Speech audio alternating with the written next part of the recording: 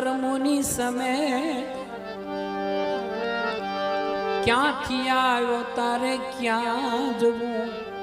માટે ચેત ચેત જીવ ચેત માટે ચેત ચેત જીવ ચેત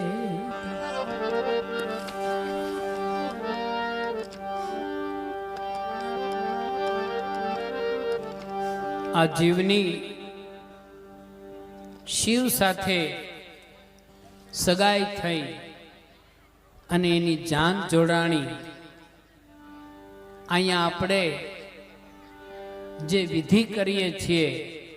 એ તો મર્યા પાછળની કરીએ છીએ, પરંતુ સાચી સગાઈ તો જીવને શિવમાં ભળવાની છે।